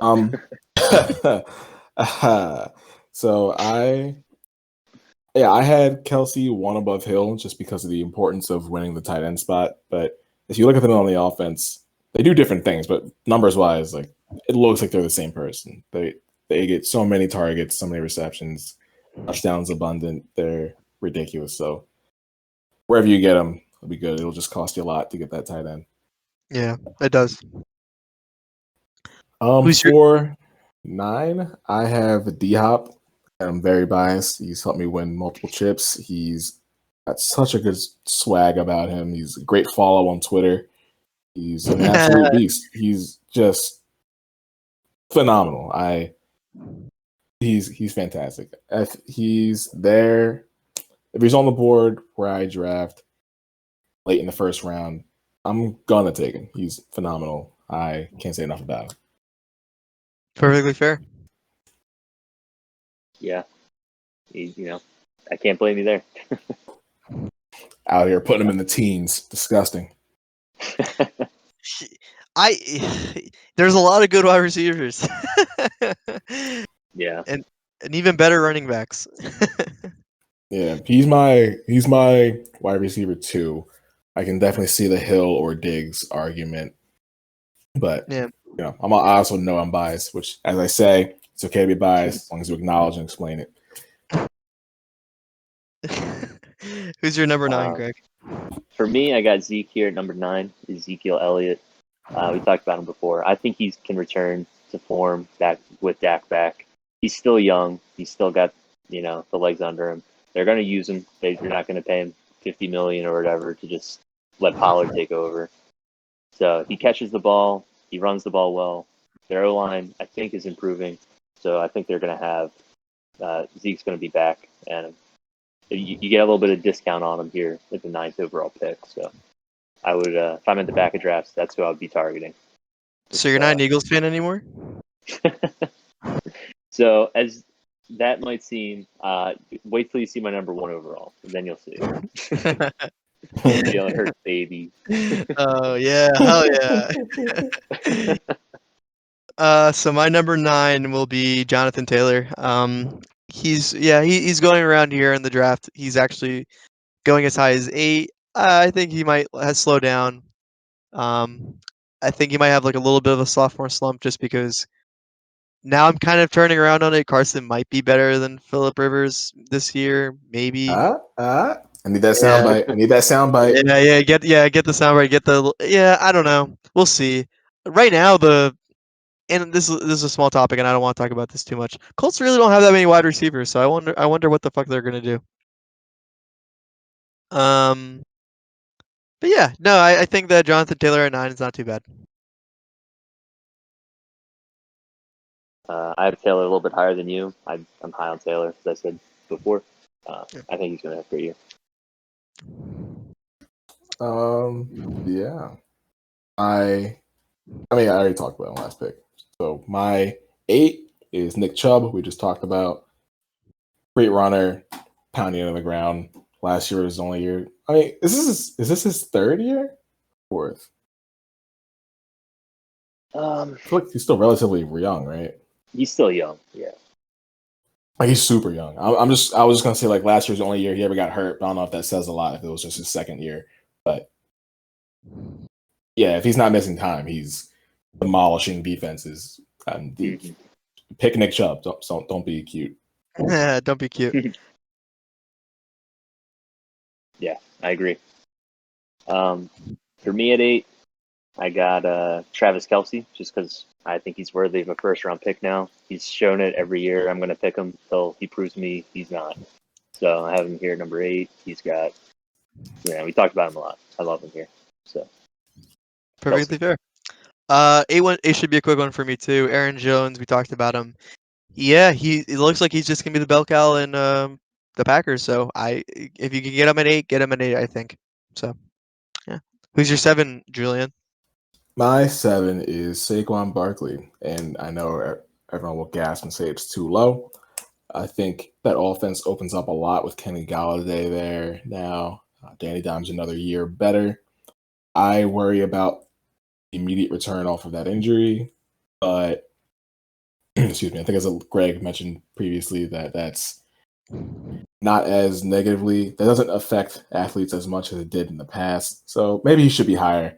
I think he'll be happy wherever you get Saquon. It's going to cost you probably the top 5. I think I like the other guys better. That's just me personally. Maybe there's some Eagles fan bias in there from when I was an Eagles fan like 3 weeks ago. But I think Saquon, I think he'll come back to form, maybe not immediately, at least later on in the year. I think he has a lot of production that comes from catching the ball. that dings him down a little bit in half PPR for me as opposed to PPR. He has those games where the O-line was terrible and he would have like a run for 6, a run for -3, a run for 1, and a run for 90 and a touchdown. It's weird. And he's such a great athlete. I think I have a bigger problem with the Giants than him. But he's going to give you a lot of fantasy production regardless. Well worded. Thank you. Yeah. I have Saquon just a little bit higher. But yeah, I see where you're coming from. I think there was a live. Maybe I'll do like a betting section too because I love me some live bets for football. But there was like a live bet. It was a bet before the game that Saquon would get 50 yards when they faced the Steelers because the Steelers defense was so good. And I took the under that he wouldn't get 50 yards. And then they put out another bet like at halftime because I think he finished the half with -9 yards against the Steelers. And that's to say a lot more about the Steelers than it does about Saquon. The Steelers D-line and the Giants O-line. And it was like, will Saquon end the game with 9 yards?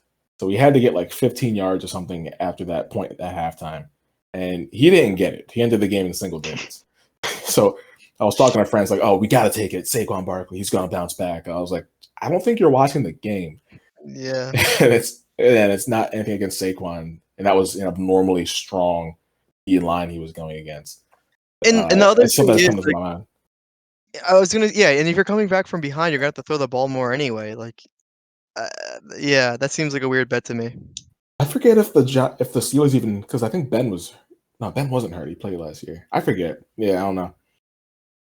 When you hear Saquon at 9 yards, you think automatically, obviously he'll get that, no matter how tough the opponent is. But that's crazy. Yeah. I mean, yeah, I'm looking up the game right now because I kind of remember this vaguely. Yeah, Saquon, I think that it's an anomaly.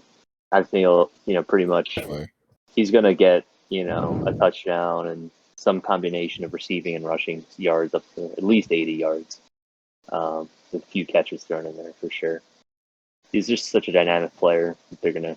I mean, the Giants have Kenny Golladay and Saquon. And that's pretty much it. Okay, I'm gonna bring this to light a little bit.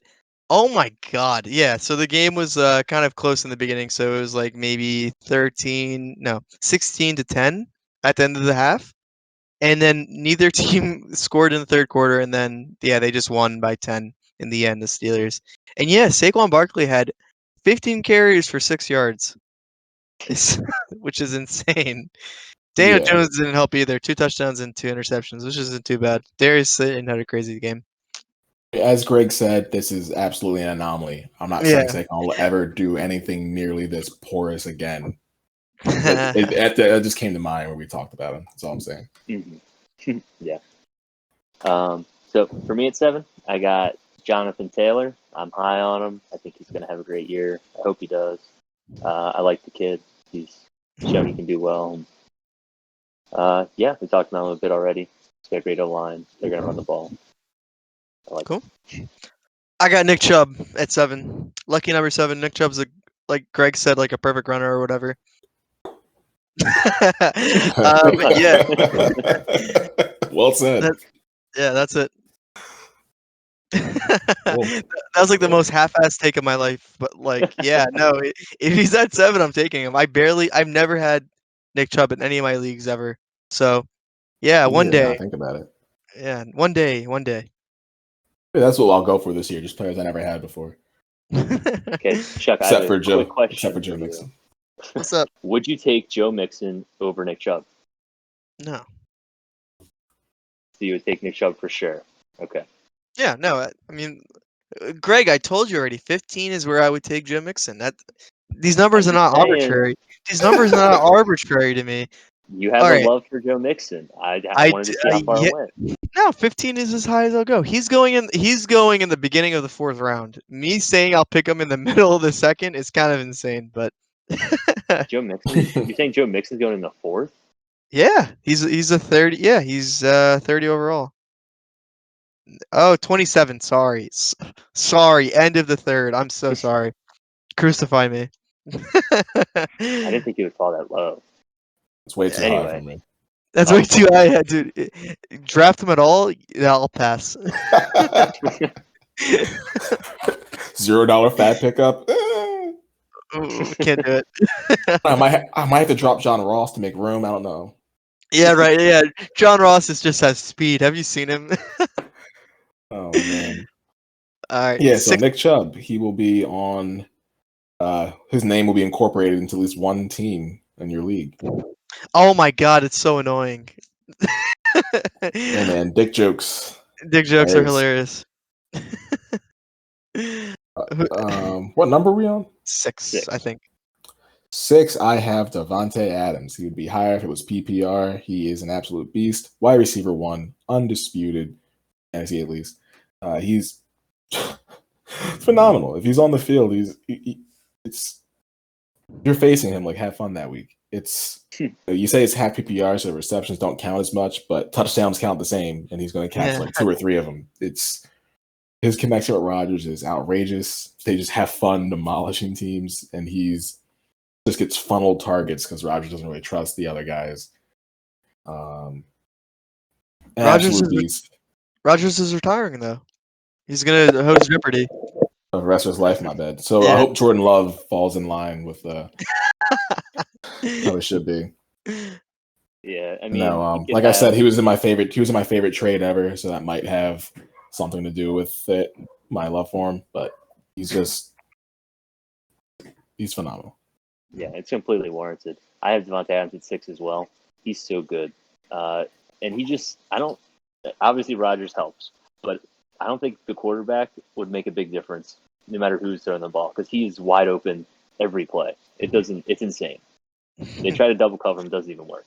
So yeah, I love Davante Adams still. Oh my god, that play when he was facing the Titans and they double covered him at the line, and then he shook both of them. Like they both ran into each other like at the back of the end zone, and Davante's in the corner wide open, just catches it, and they're just laughing on the sidelines. Yeah. I have him one spot higher than you guys. I have him at 5, but yeah, you guys have said it to death. Like Davante Adams is the best wide receiver in fantasy football right now.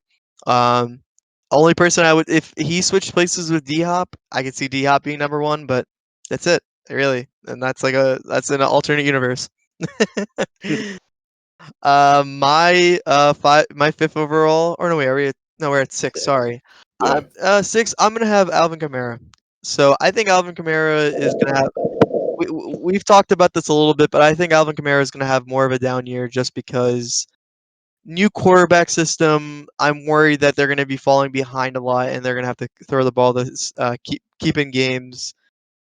I don't know. I'm very skeptical about what's going on. I still think he's a first round talent, and I think that if you do have him, you won't be sad. But I think he's not going to give you as much production as the last 2 years. I'll talk about Kamara later. Okay, that's perfectly disagree. Yeah, no, disagree. Disagree away. I think you're fine. I think you're actually fine. Maybe I'm just a little biased for the reason we're always biased towards fantasy football players, which I'll bring up later. But yeah, it's a fine pick. The quarterback situation is a little concerning because we did see the numbers when Breeze went down for a bit last year. Got a little bit of shivers, but we'll see what they do. Yeah, how did Kamara do when Taysom was in? I don't remember. I'll talk about it. Okay, cool. Never mind. Who's your number 5 then?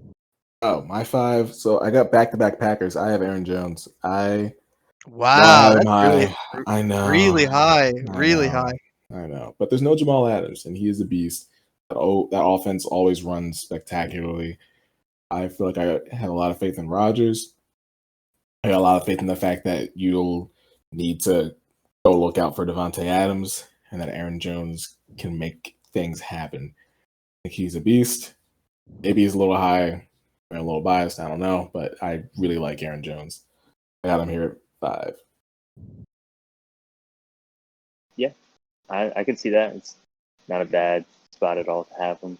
I mean, obviously I'm a little bit lower on him, but yeah, he could obviously end up there the way he plays. He scores touchdowns all the time.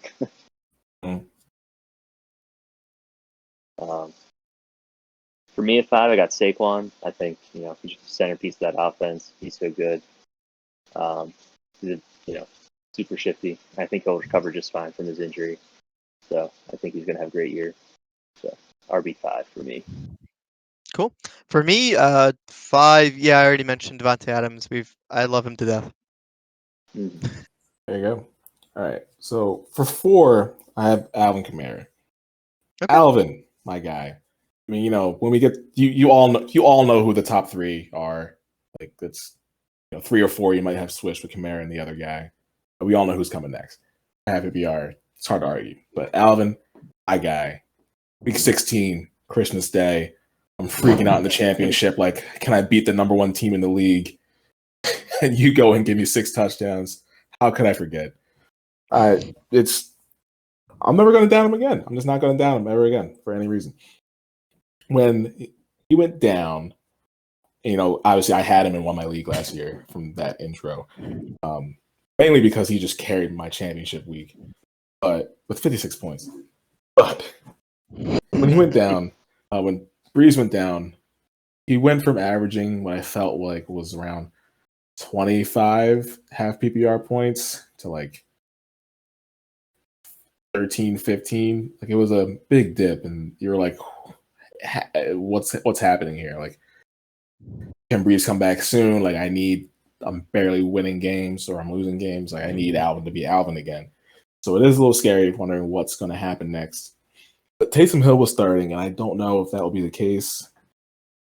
I think that you got Jameis right there. They signed him for a reason. We'll see what they do. They could draft somebody. I don't know what Sean Payton's infatuation with Taysom Hill is, but with the full offseason of knowing that Breeze is not coming back and that you can't just wing this random system with Taysom Hill for a couple weeks, they will have like an actual thing in place where they know they need to feed their El Cow Alvin. The workout videos you see from him and his balance it's all insane. It's mind-blowing stuff. And after having for the first time last year, obviously I was very happy. So maybe I'm very biased. I think Greg probably has him at the same spot, if not one higher. I can't say enough about the dude. So the 4 for me for half PPR. For PPR, he might be one spot higher. Yep. For me, I have Kamara one spot higher at 3. I think he's great. I think he's still going to catch the ball. Him and Michael Thomas are really the 2 options, and I think Kamara is still a beast. He's one of the most elusive players in the league. He's going to get it done. So I have him at RB3. For me at 4, I have Derrick Henry, man who won the rushing title, and he plays like he's a man amongst boys. He just throws people around. He's so fun to watch. I think he's going to continue to be the center point of the offense, and I don't think it's going to stop. He's so hard to tackle. He's just too good. So Derrick Henry number 4 for me. Yeah, my number 4 is going to be Saquon Barkley. I think that at that point, Saquon, like we've already talked about, like injuries are concerning, but he just has the athleticism. I think if the Giants know what they're doing this year and actually get it together and stop throwing interceptions and stop fumbling the ball so much, that team could look pretty scary, and Saquon could be a big cornerstone of that. But I'd have him a little lower than a lot of people this year. Only one spot, but still, I think that Saquon should not be drafted 3rd overall, personally. I agree. Yeah, I feel like he's been dealing with injuries a lot. Yeah, I agree. So, yeah, but when he's in, he's very productive. And we talked about him already. Yeah.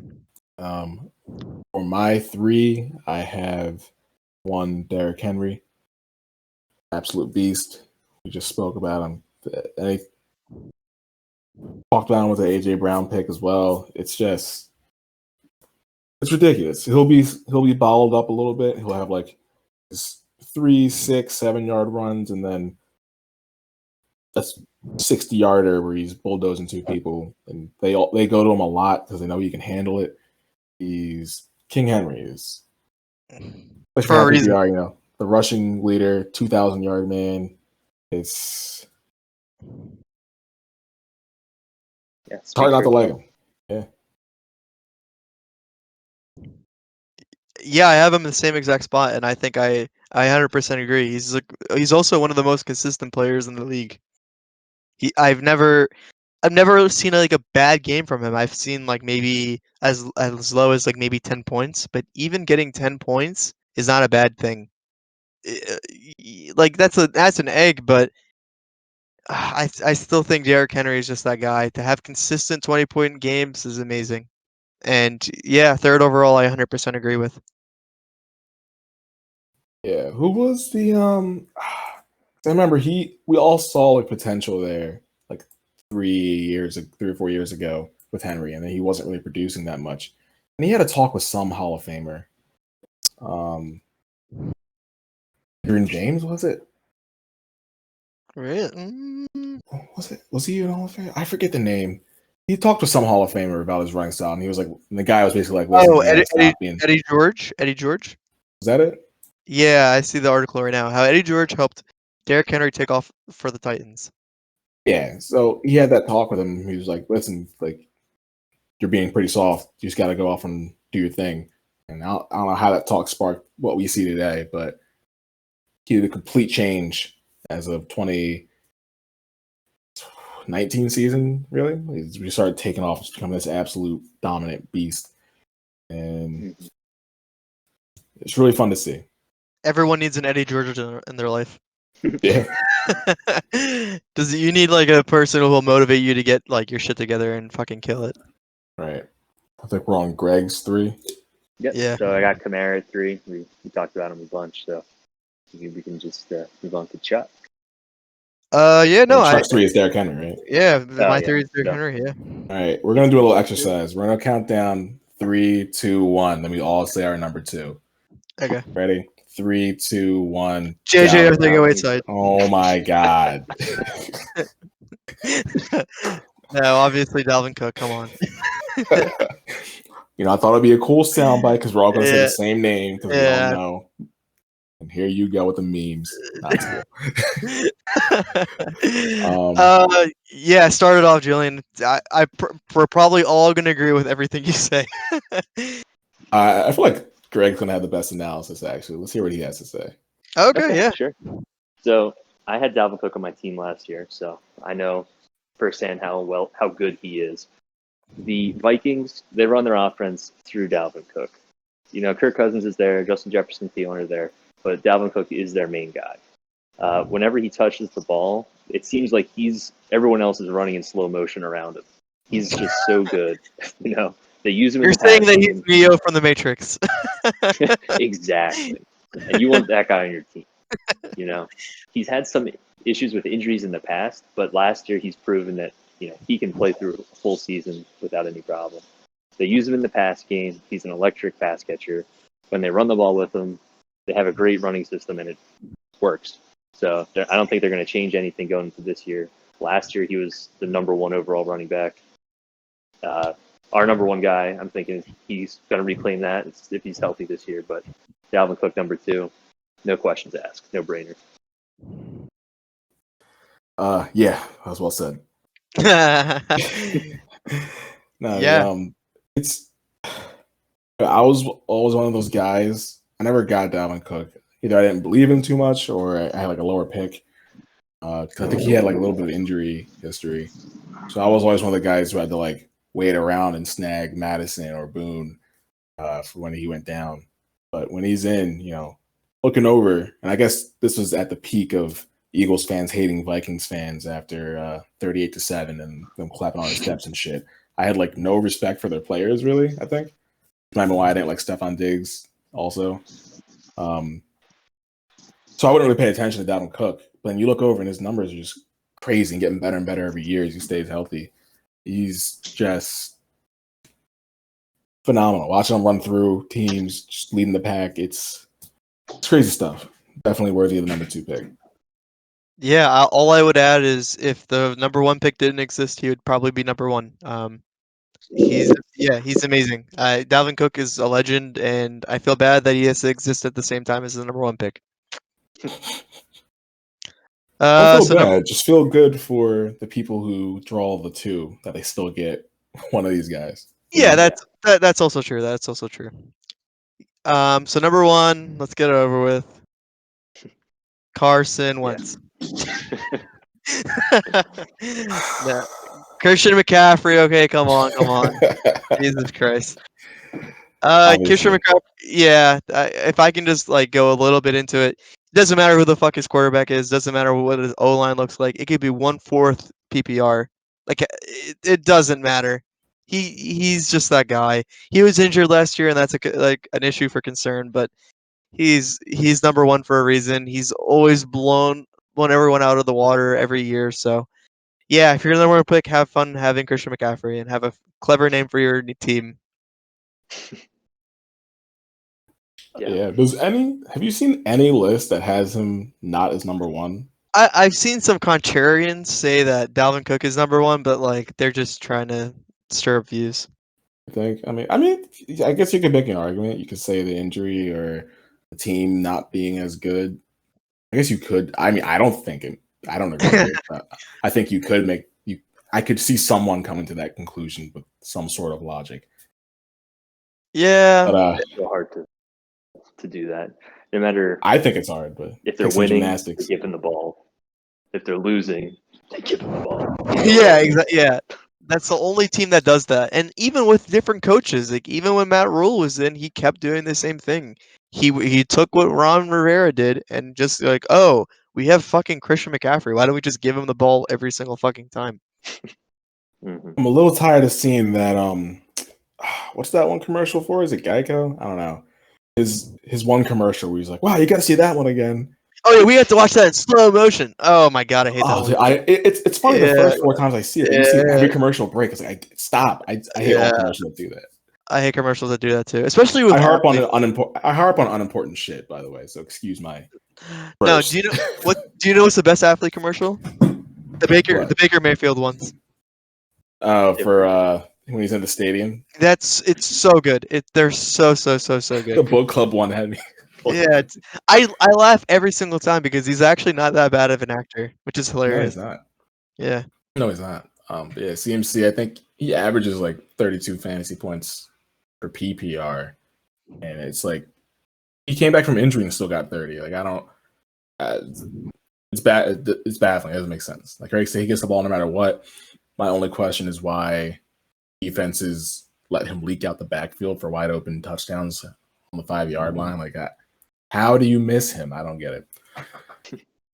But he's that good. That good in fantasy. Greg, do you have anything to add? That's about it. That's the guy you want. It sounds like we're being mean, like, oh yeah, this is like an obvious pick, but like it kind of is like an obvious pick. Because I want him to get new commercials, but that's it. I don't want to see him in commercials. He's a great football player, not a great actor. Yeah. Find a man who can do both. Get you a Baker. Get you a Baker Mayfield. But yeah, no, I don't think we have anything else to add. I think that we all have very close lists, and I think that we really can't argue with one another where our placements are. I think we all have good reasoning to what we think, and I think that listening to our advice would not be the worst thing in the world. Yeah, you can do worse, for sure. Yeah, you can definitely do worse. Yeah, please check us out at Dragon Fyre Fantasy Football Podcast. Yeah, and that's me. That's Chuck. Have a great day. Have a great day, guys. See you later. Stay safe. Peace. All right. Peace.